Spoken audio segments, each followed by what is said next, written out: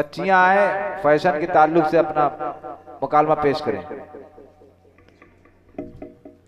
अस्सलामु अलैकुम रहमतुल्लाहि व बरकातुहू। वालेकुम अस्सलाम रहमतुल्लाहि व बरकातुहू। हाय अल्लाह मैंने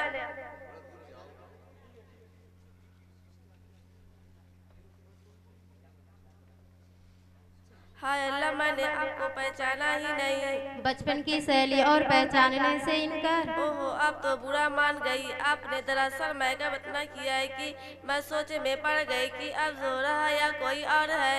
लीजिए, आपने तो हम पर तंज ही शुरू कर दिया। नहीं बहन, मैंने तंज नहीं किया है, बल्कि आपके उस हुलिया को देखकर ताज्जुब हुआ।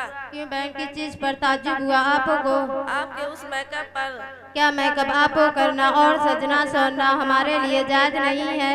अरे भाई, सजना संवरना हमारे लिए जायज तो है, लेकिन उस तरीके से नहीं जो आपने अख्तियार कर रखा है। कि बहन, हमारे लिए इस तरीके में कौन सी बुराई है? अरे बहन, आपने होठों पर लिपस्टिक और नाखून पॉलिश लगा रखी है।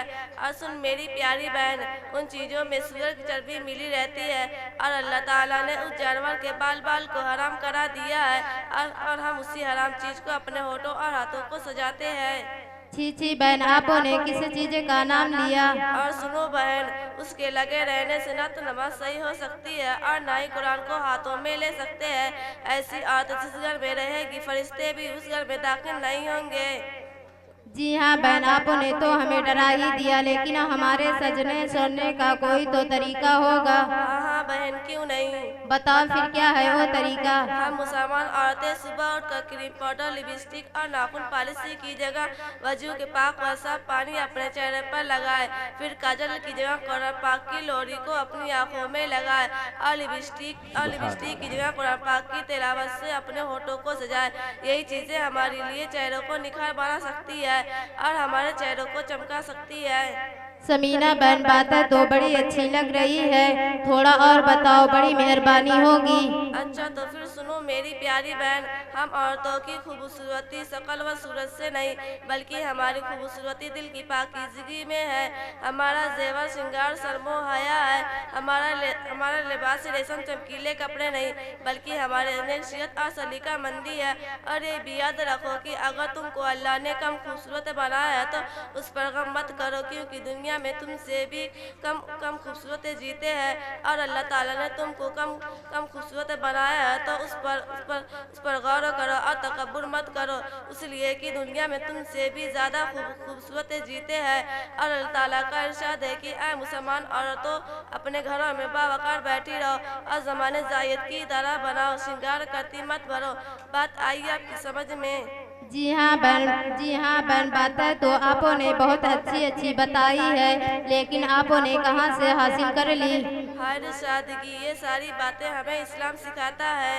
फिर भी ठीक है, लेकिन आपने कहाँ से हासिल कर ली? ओह, तुमको मालूम नहीं कि हमारे मोहल्ला में कई साल से मदरसा उलूमुल इस्लाम चल रहा है। ये सारी बातें उसी में सिखाई जाती है। मेरी अच्छी बहन, तुम भी उसी मदरसे में जाओ और फिर हम मिलकर इस्लामी तरीके सिखाएंगे और अपनी बहनों को भी सिखाएंगे। इंशाअल्लाह मैं आपसे वादा करती हूँ कि उस काम में आपका पूरा साथ दूंगी।